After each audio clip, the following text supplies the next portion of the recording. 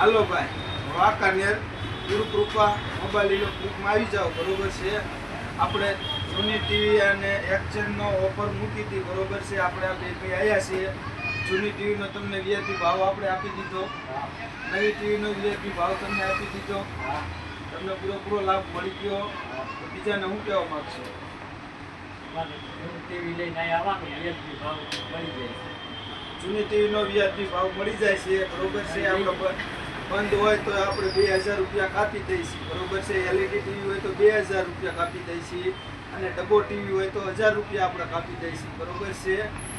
શું તમારું નામ?